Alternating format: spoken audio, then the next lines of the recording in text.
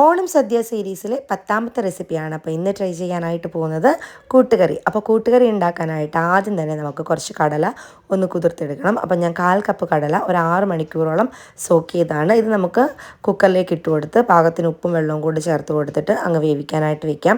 ഇനി നമുക്ക് ഒരു നേന്ത്രക്കായ എടുത്തിട്ടുണ്ട്. ഇതിൻ്റെ തൊലിയൊക്കെ ഒന്ന് കളഞ്ഞ് ഇതുപോലെ ക്യൂബായിട്ട് കട്ട് ചെയ്തെടുത്തത് ചട്ടിയിലേക്ക് ചേർത്ത് കൊടുക്കാം. ഇനി ചെറിയൊരു കഷ്ണം ചേനയും ഇതുപോലെ തന്നെ ക്യൂബായിട്ട് കട്ട് ചെയ്തത് ചേർത്ത് കൊടുത്തിട്ടുണ്ട്.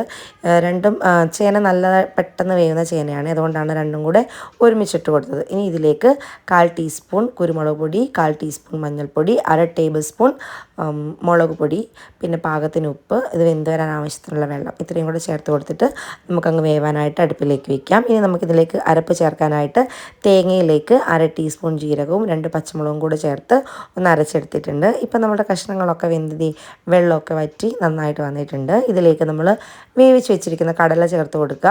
അതുപോലെ തന്നെ നമ്മൾ അരച്ച് വെച്ചിരിക്കുന്ന തേങ്ങയുടെ കൂട്ടും കൂടെ ചേർത്ത് കൊടുത്തിട്ട് നന്നായിട്ട് അങ്ങ് മിക്സ് ചെയ്യുക. ഈ സമയത്ത് നമ്മൾ ഉപ്പ് നോക്കണം കേട്ടോ. ഉപ്പ് കുറവുണ്ടെന്നുണ്ടെങ്കിൽ ഈ സമയത്ത് നമുക്ക് ചേർത്ത് കൊടുക്കാവുന്നതാണ്. ഒരു 5 മിനിറ്റ് ഇത് ഒന്ന് ചൂടായി വന്നതിന് ശേഷം ഫ്ലെയിം അങ്ങ് ഓഫാക്കി മാറ്റി വയ്ക്കുക. അതിനുശേഷം വേറൊരു പാൻ അടുപ്പത്ത് വെച്ച് 2 ടേബിൾ സ്പൂൺ വെളിച്ചെണ്ണ ഒഴിച്ചു കൊടുത്ത് അതിലേക്ക് കടുകൊന്ന് പൊട്ടി വരുമ്പോൾ 1 ടീസ്പൂൺ ഉഴുന്ന് പരിപ്പാണ് ചേർത്ത് കൊടുക്കുന്നത്. പിന്നെ 2 വറ്റൽമുളക്, 1 തണ്ട് കറിവേപ്പില, ഇത്രയും കൂടെ ചേർത്ത് കൊടുത്ത് നമ്മൾ 2 പിടി തേങ്ങയും കൂടെ ഒന്നിട്ട് കൊടുത്ത് നന്നായിട്ടൊന്ന് വറുത്തെടുക്കാം.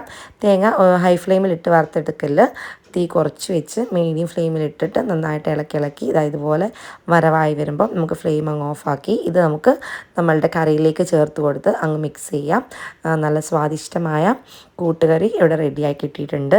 അപ്പം ഇത്തവണത്തെ ഓണത്തിന് എന്തായാലും ഈ കൂട്ടുകറിയുടെ റെസിപ്പി മറക്കാണ്ട് ട്രൈ ചെയ്ത് നോക്കുക. നിങ്ങൾക്ക് ഇഷ്ടമായെന്നുണ്ടെങ്കിൽ ലൈക്ക് ചെയ്യുക. അതുപോലെ തന്നെ നിങ്ങളുടെ പ്രിയപ്പെട്ടവർക്ക് വേണ്ടി ഒന്ന് ഷെയർ ചെയ്ത് കൊടുക്കുക.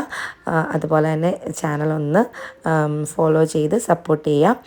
പിന്നെ റെസിപ്പി ഇഷ്ടമായെന്നുണ്ടെങ്കിൽ മറക്കാണ്ട് കമൻറ്റ് കൂടെ ചെയ്തോളൂ. അപ്പോൾ താങ്ക്സ് ഫോർ വാച്ചിങ്.